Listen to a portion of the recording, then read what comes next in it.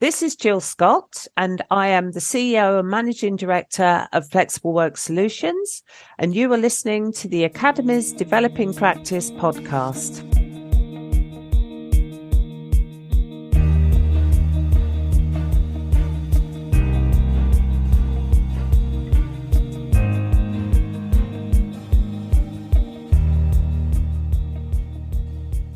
Hello, in this episode we chat with Jill about her work with Flexible Work Solutions to support colleagues working in higher education to understand how to create an inclusive environment by understanding microaggressions and being an active bystander. We hope you enjoy. Hi Jill, we're really pleased to be speaking with you today about the work with your firm Flexible Work Solutions and how you are currently supporting colleagues particularly in higher education, to understand how to create an inclusive environment. But before we get started, can you just tell us a little bit about your background and how you have arrived at the position that you found yourself in today? Thanks, Matt. I've actually been an equality, diversity and inclusion professional for about 25 years now. So I actually started long before it was a fashionable thing to do. So for me, it's great to see the interest that people now have in these sort of issues. But I actually began my career many, many years ago as an admissions assistant in higher education, did a variety of different roles in higher education and gradually became interested in that equality, diversity and inclusion field. So for me, it's been a very important part of my life for quite a long time. And I've gradually started to develop my interest and expertise around specific areas. So, for example, I'm particularly interested in gender and race equality issues, got particular interest in bullying and harassment and addressing those types of things. So I've tended to sort of specialise in certain things. Recently, of course, there've been renewed interest around race, microaggressions, that type of field. So I've been doing quite a lot of work on that. But for me, it's great to see institutions embracing the need to create that inclusive environment rather than just talking about it. Yeah, there's a groundswell of movement, isn't there, at the moment? What organisations are coming to you at the moment? Is it higher education institutions, or are you getting a mixture? I work with a whole range of organisations, but I like to focus on higher education because that's my background. Right, so yeah. I really understand the issues around higher education. I know the culture, so I feel more comfortable in that space. But I do work with other public sector organisations, third sector and charity organisations, and some private companies as well. And it seems to be across the board, this increased interest in EDI, which, you know, as I say, it's not just great for me from a professional point of view. It's really important to me that organisations understand the need to create that inclusive environment.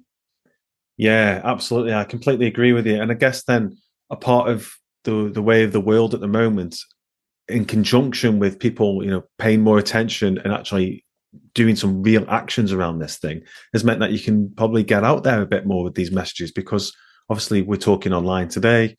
So I guess the last couple of years has enabled you to get out more and have more of these conversations with a bigger audience. Is that fair?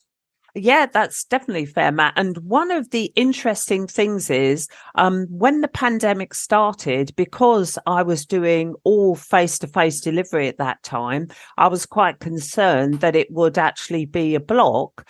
But what's actually happened is I've developed ways to actually produce online delivery, obviously using Zoom as a tool, but also trying to develop tools and initiatives that actually reach more people. So as you say, when you think these things are going to be a barrier, sometimes they provide opportunities. And that, together with the Me Too movement, the response after the murder of George Floyd, increased interest in disability, neurodiversity, all of those things have become much more important to people. And there's much more raised awareness around the whole spectrum of things in relation to equality, diversity and inclusion. Clearly more visible trans people now, which is also great. You know, when I first started, people didn't even think about the position of trans people. They were sort of invisible. So to see that visibility, even though, of course, it brings its challenges, it's really important to me to see how high profile these things are, particularly with younger people, actually. That's fantastic. One of the best podcasts that we've recorded is with someone called Christian Owens, and he came to talk to us about trans issues. And it was so interesting to us because I think it builds on this desire that we have across the sector and across our university to create inclusive environments. But sometimes we just don't know how to do that. And the reason we met Jill was because you've been delivering some really brilliant workshops for the University of Liverpool around this whole concept of what it is to be inclusive and how to create these environments that celebrate inclusion. So I thought it'd be really good if we could start, if you could just define for us, what do we mean by an inclusive environment? Thanks, Alex. I agree. Sometimes we use these sort of terms in very general ways, not really being aware of what they mean. For me, an inclusive environment is one in which everyone feels welcome and as though they truly belong. But actually, that's something that's quite challenging to achieve.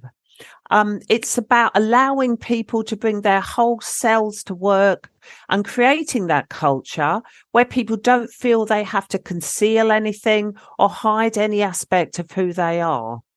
So I grew up at a time when it was actually illegal to be gay. So I can remember those times where if you were a gay man, you took great steps to actually conceal that. That is so bad for everybody. There's a term that's called covering, and that's used to describe people who don't feel able to share aspects of their identity with their colleagues for fear of being judged or discriminated against. And the problem with that is not only does it create that anxiety and people have to always be on the alert about giving themselves away, but it also has a detrimental effect on performance and achievement. So there's some interesting research that shows that when people are closeted, for example, LGBT employees, to use an example, who don't feel able to be out, they're much more isolated at work, and they also feel their careers are stagnating in comparison with people who are able to be out. So for me, inclusion isn't just a personal issue. It's something that employers should have a vested interest in because it affects the way in which people can perform in the workplace. Another important aspect of inclusion is actually recognizing that diversity and inclusion aren't the same. I think there's a bit of a danger that some employers think that if they've got that diversity and they've managed to recruit people who look a bit different, they can tick that box and that's job done. The problem with that is that although diversity is an important aspect of inclusion, simply introducing people who visibly look different isn't the end of the story and doesn't necessarily make you inclusive. In fact, as I've sort of hinted earlier, sometimes diversity makes it even more difficult to create that inclusive environment. You actually have to work harder. That's because you need to promote that mutual respect and understanding between people and acknowledge those differences whilst recognizing the value that those differences bring, but also being aware of the challenges. So for me, it's not easy because sometimes we say things like, oh, yeah, we respect diversity within our workplace as though it's simple. But it's not actually as straightforward as that. It's not even just about the protected characteristics. It's about all those differing viewpoints, attitudes, beliefs. And most of us live in a bubble where we surround ourselves with people with a similar worldview. And moving beyond that comfort zone is actually quite challenging for us. So for me, that's where microaggressions come in. They often happen when we are encountering people that we don't normally meet, we're not too familiar with. When we're not relaxed and comfortable with people, that's when we can actually shade over into behaving in a slightly inappropriate way. So do you think that's really interesting in terms of that concept of covering and hiding parts of ourselves that don't potentially fit a mold? Is the mold still the white male in terms of higher education, do you think? And actually we hide aspects of who we truly are because maybe even subconsciously we still have this image in our heads that actually to get ahead in academia we have to be white and male, or is that unfair? No, I think it's quite fair. And one of the challenges is that obviously you can see I am a mixed race person and I'm a woman. When I took the Harvard Implicit Association test, I expected to go through with flying colours, but I actually discovered that even I myself still associate the workplace more with men than with women. And I've been a working parent my whole life, and I would have said, no, I definitely don't have a bias around that. So unconsciously, I think a lot of us still carry these ideas with us, often without realizing it. So that's part of the problem. It's not about white men actually creating a climate where everyone else feels uncomfortable. It's about us all carrying those ideas with us, often from childhood or what we see in society in general, and bringing those ideas into the workplace without realizing it. So when you look at the statistics, it is unfortunately still the case that both in the academic sphere and in the management and professional sphere, there are still far greater numbers of white men than would be if we had a fairness and equality about the numbers of people who should be managing our institutions. Yeah, absolutely. I mean, I also want to pick up on that term covering as well, because it just reminded me of what neurodiverse, maybe people actually on the ASD spectrum would call masking, and how exhausting masking is for people. You know, having to do that all day in a workplace setting, having to subconsciously sometimes do that all day, will undoubtedly affect their mental health and Absolutely. possibly their performance as well. So, we need to really to investigate these things and understand them. I think is probably the best word. Yeah, definitely, Matt. Definitely agree with that.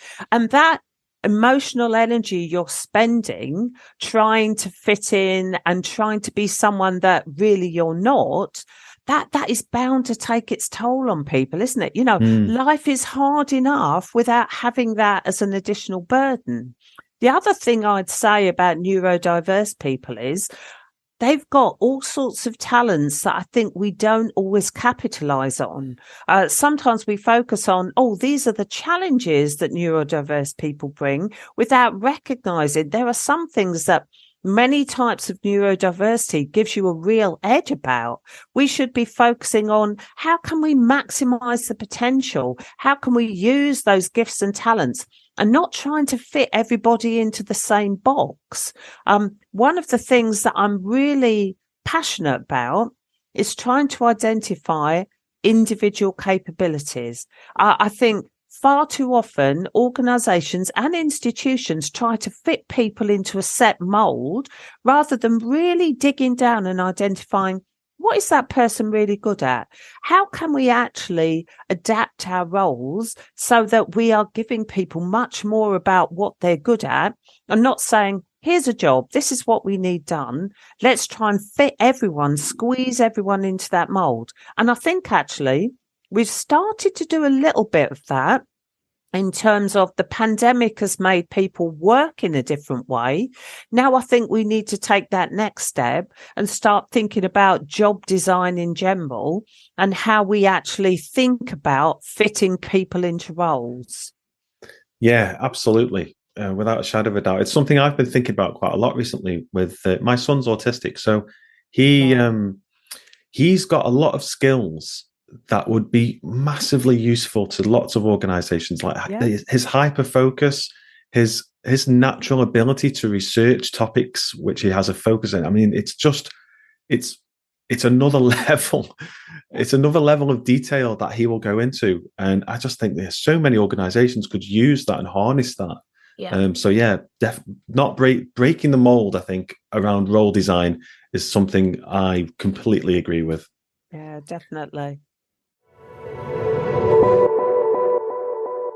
You mentioned earlier, you just touched on microaggressions. So I'd just like to just come back to that, if that's okay. Of course. You held some workshops recently, which helped colleagues understand what microaggressions are and how can we avoid them. Can you just give us a little bit more insight onto those? I attended that workshop, and to be honest with you, I felt a bit uneasy at times because I thought, I've done some of these microaggressions, and I just thought, when you reflect back, especially maybe over the years, maybe 10, 15 years ago in private companies, I just thought, how did that person feel when I was asking those sort of what I thought were innocent questions? So could you just give us a little bit more of your insight into those? Absolutely. Microaggressions are like those small things that we say or do that make other people feel uncomfortable or unwelcome. And often they're based on stereotypes or unconscious bias. And as I sort of suggested beforehand, those are things that all of us use. All of us have unconscious bias, and we don't always realize how that's coming across to people. In terms of the term microaggressions, actually, it's quite a misleading term because it's not micro. Micro implies something small and possibly insignificant, and it isn't necessarily aggression either. It often arises from that lack of understanding and discomfort that we feel when we're engaging with people who are outside our usual group.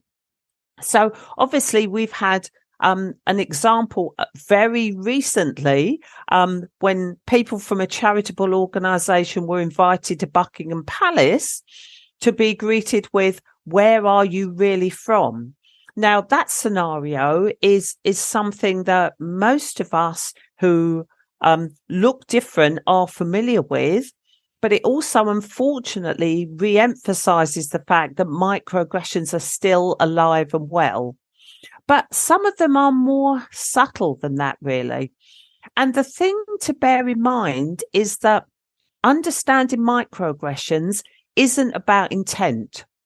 Sometimes people are well-meaning, but they just haven't educated themselves about what the impact is of what they're saying or doing.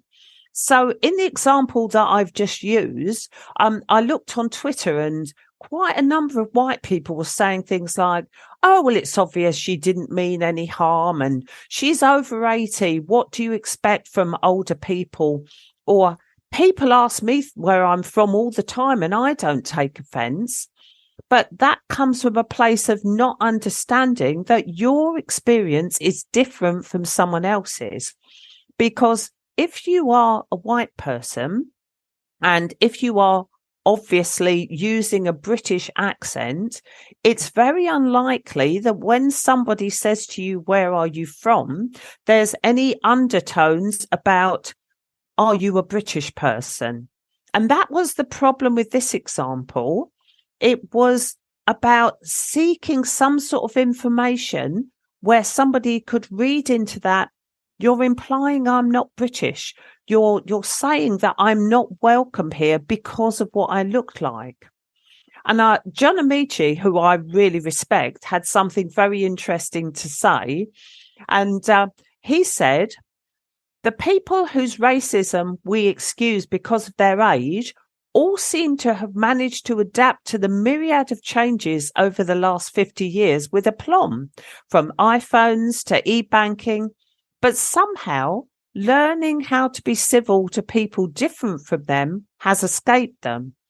And I was interested in that because I think sometimes people say things like, "Oh, you can't expect older people to change now. They've been saying these sort of things for years. They don't mean any harm by it." But the problem is, even if they don't mean any harm, microaggressions cause harm to other people. Now, not necessarily all other people, but most people understand that there are certain things that are likely to be taken in a particular way. So let me, it's hard to explain to people sometimes the impact the microaggressions have. So sometimes I use this example. So occasionally my son, who is gay, people would say to him, "Oh, you don't even look gay." And then if he would say, "Oh, I don't think that's an appropriate thing to say," people would go, "Oh, you're being oversensitive. I didn't mean anything like it." But then I say, how would you feel if I said to you, "Wow, you don't even look straight"? And that happened not just once, but regularly. Would you think that was appropriate? Or would that start to become a problem for you because you would be wondering, what am I implying?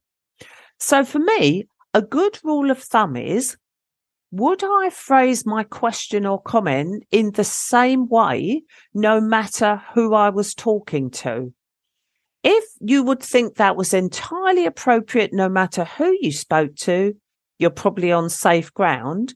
But if you think, "Oh, I might say something different depending on the gender of the person, depending on the race of the person, depending on their sexual orientation," or whatever it might be, then you need to think again, because there is a potential for it to be a microaggression.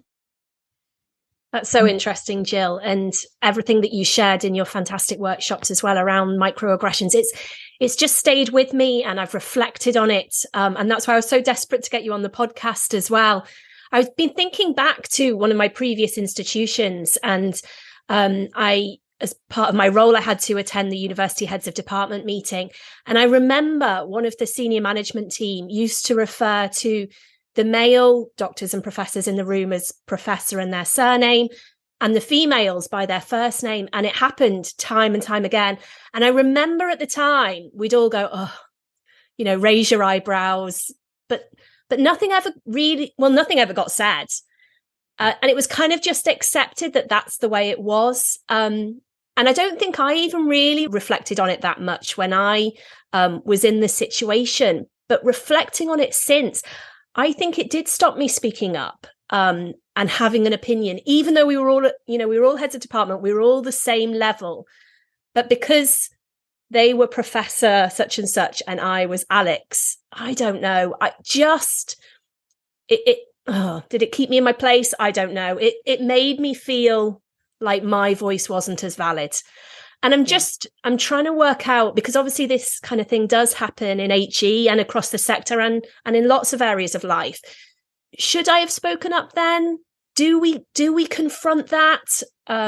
It's so hard to know how to handle those situations, those microaggressions. Yeah. Alex, what you've said, that's a perfect example of why it's a problem, isn't it?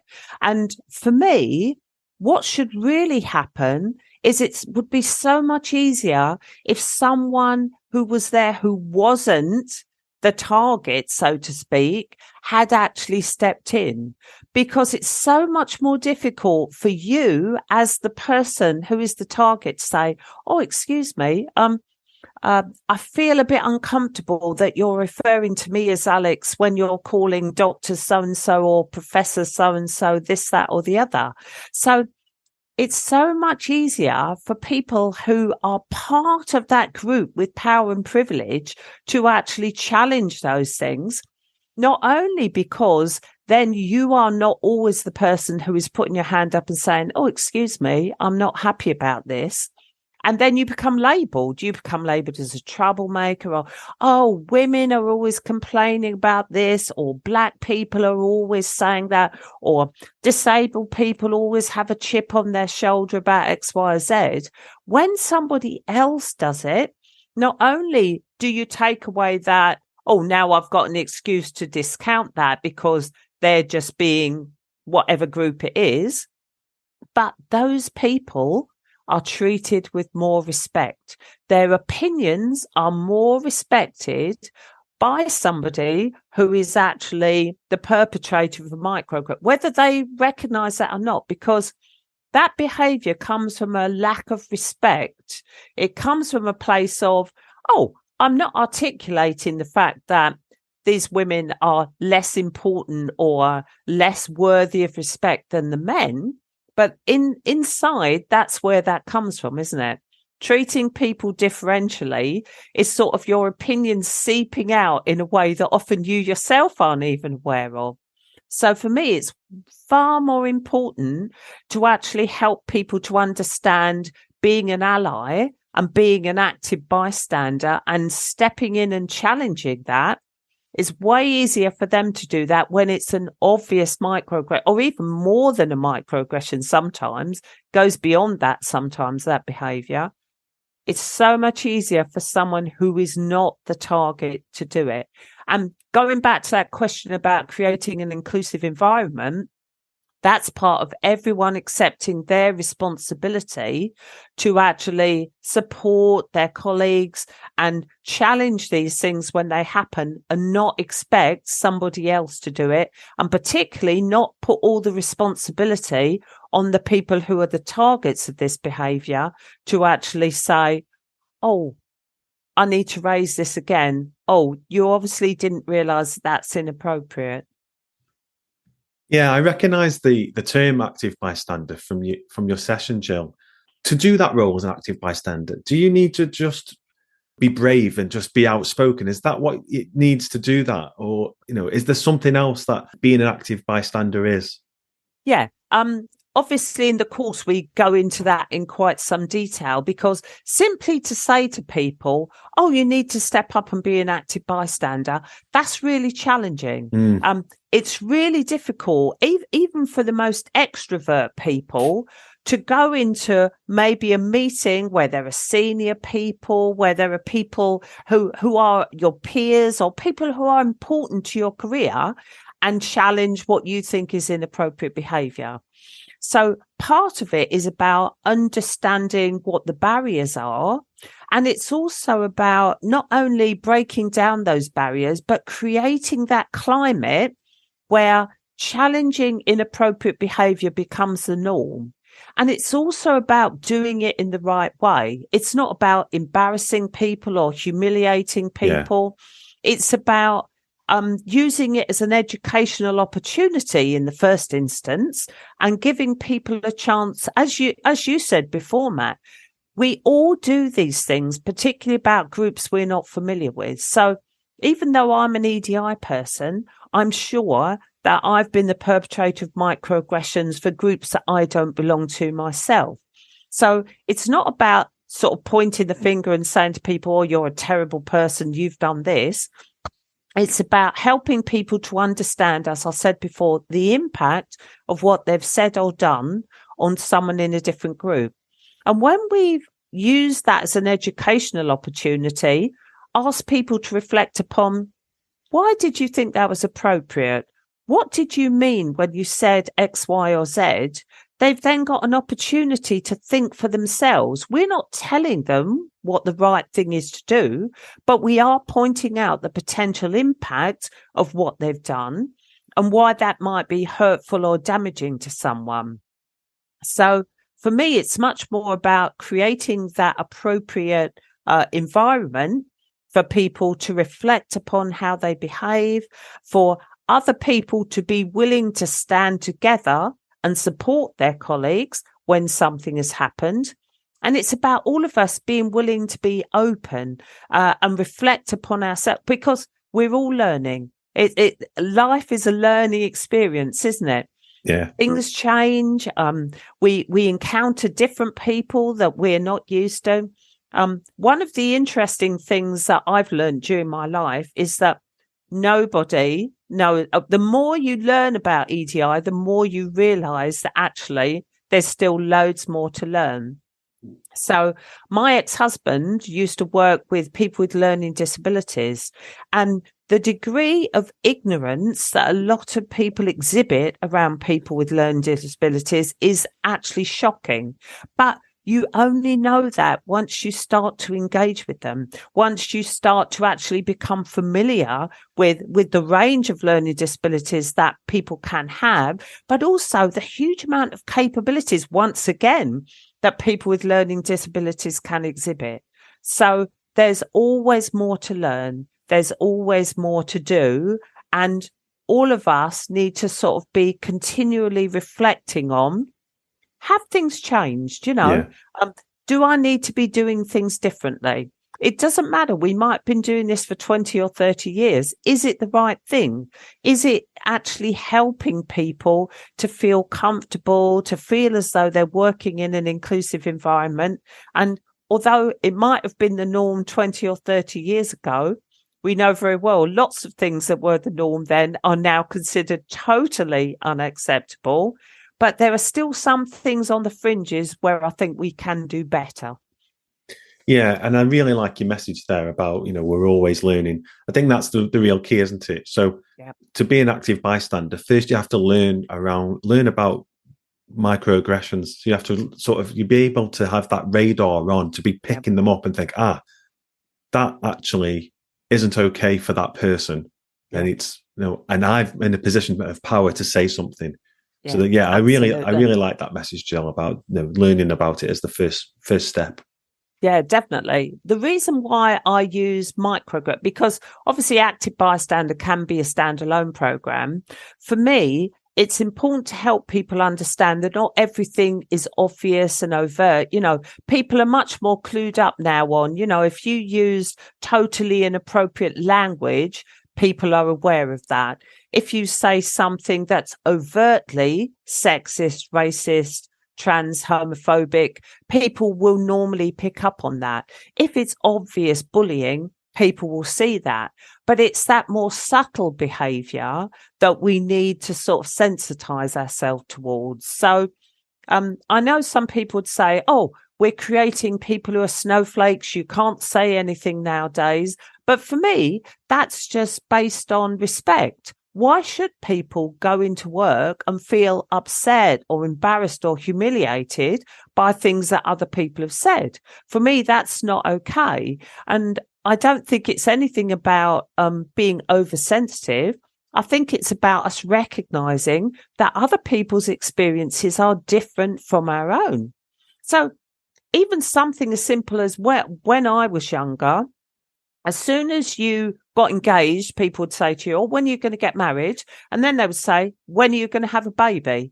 And I started to reflect upon that. And it's like, that might be fine for most people. But supposing you desperately wanted a baby and you couldn't have one, and people were continually asking you these questions. So in itself, it's not about whether or not that's appropriate. It's about, it feels intrusive and unnecessarily harmful and damaging to actually make assumptions about that. So allow other people to start those conversations if they want to. If they don't want to, or if it's a difficult subject for them, just be sensitive to that. So it's just about helping people to understand that different people have different vulnerabilities, different challenges, different histories and backgrounds. So going back to what I was saying about diversity, diversity means difference. That is what it means. And it's about recognizing that one person's "this is fine with me" is another person's "that is so difficult and challenging an issue for me." And I think that's a great thing. And it goes back also, Matt, to what you were saying about that personalization. There's not enough of that. There's too much of a one size fits all. So for me, really recognizing diversity is the key, not in itself, but unless we do understand what the whole spectrum of diversity is, we're never really going to understand why this is important. And it's about individual responses. It's about individual challenges and those things that make us unique as a human being. I think you're right, Jill. I also think we've got a lot, every school's different, but we've got a lot to learn from the way the primary and secondary sectors are leading on this. I'm a governor in a primary and a secondary school at the moment. I'm crossing over. And speaking to the children, they are so much more open to diversity, and it's just part of their narrative. Obviously, every child's different, but from my experience, they're really happy to just have these conversations and celebrate diversity. So, you know, what Matt was saying about children with learning difficulties, they're just accepted and celebrated, you know, and people from different backgrounds are accepted and celebrated as well. And it's not even really a conversation in the way that we're having the conversation, because I mean, when I chat to my children about it, they're like, why are we even discussing it? Of course. What's the problem? Yes, yeah, absolutely. Exactly. As I said, when I grew up, being gay was illegal. My son, who is now 29, came out at school when he was 13. That would have been utterly unthinkable when I was in a school of 1,200 kids. There was not even so much as a hint that anybody was gay or lesbian. That just wasn't even an option for people. And so I never met anyone who was openly gay until I went to university. And I just think it's so amazing now that kids just feel able to say, yeah, this is my identity. This is what I see myself as, and be accepted for that. You know, going back to that thing about covering, let's hope this generation won't feel that's necessary, because it's just so liberating, isn't it, to be able to be yourself? And I absolutely agree with you, Alex. The primary and secondary sector is really leading more than higher education, and we can learn some lessons from them about that. Absolutely. Well, Jill, we've got to the end of the podcast, and we always like to finish it in the same way, where we ask our guest if we could have 3 or 4 take-home tips that the listener could reflect on in terms of their own personal practice. So if you do have a few thoughts or tips that people can reflect on, what would they be? Thanks, Matt. I've said this before, but I think it bears repeating. People sometimes forget the diversity part of equality, diversity, and inclusion, the fact that we are actually all different. When we relate to other people, we often behave as though everyone else is the same as us, or will respond to things in the same way that we would. But the reality is, no one else is the same as us. We're all unique.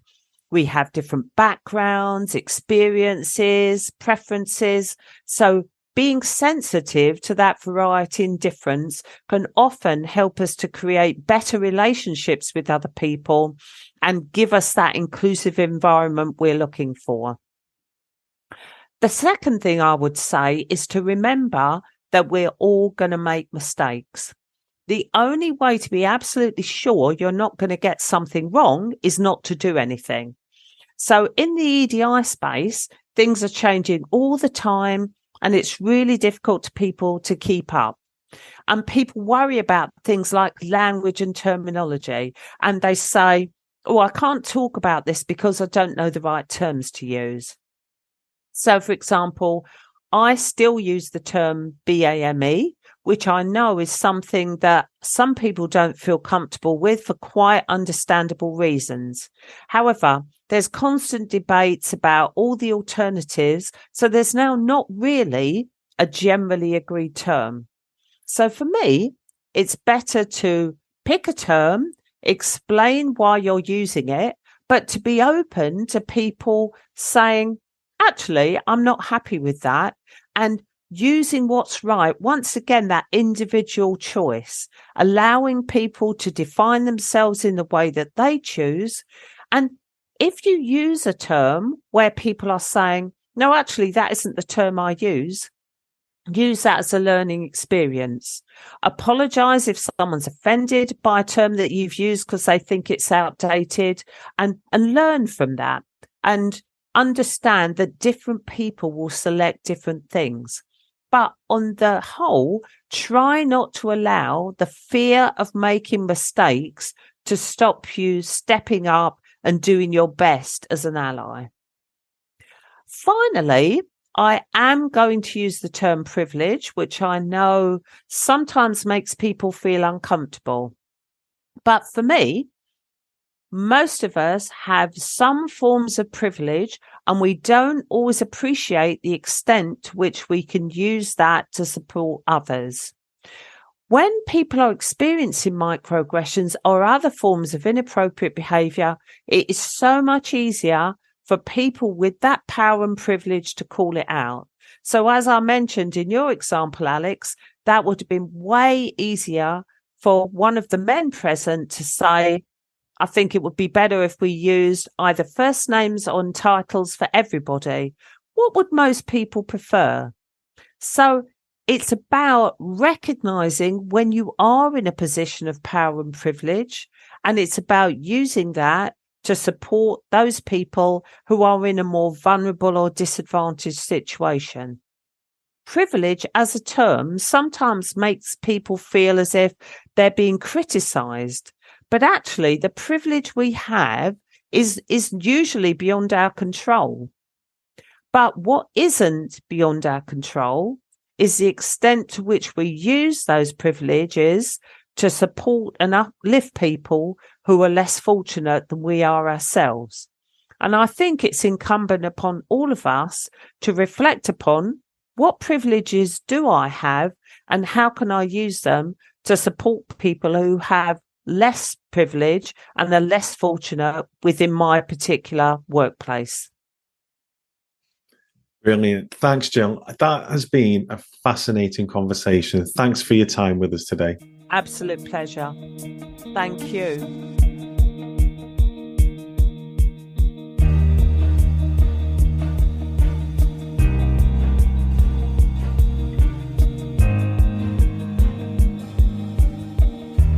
Well, it was brilliant to have Jill on the podcast, and we discussed what a truly inclusive environment involves, an environment where everyone feels welcome and that they truly belong. Jill talked about how important it is to create a culture where people can bring their whole selves to work and our differences embraced. Yes, I found our discussion with Jill really interesting. I particularly like what she was talking about in terms of microaggressions. I really like the tip that she gave us that said, if you would ask your question or make your statement to anyone, then it's probably okay. But if the question or statement needs to be changed, depending on maybe a person's gender or race, for example, then it's potentially a microaggression. I'm certainly going to use that as a rule of thumb moving forward. Well, there's lots within that podcast for us to think about and reflect on. If you'd like to take your thinking further, we've added some resources to the website on a specific podcast reading list, which you can access at liverpool.ac.uk/the-academy/podcast. Also, we'd love to hear what you thought about the episode, so please do tweet us at Live Uni Academy, and you can also find us at eLearnerMatt or at Alexandra_Owen on Twitter. And we are really grateful for those who have taken the time to either rate or review our show in your podcast provider's app. So if you haven't done so already, please do take the time to review our show, or even better, simply share the episode with friends and colleagues on your social media. Bye for now.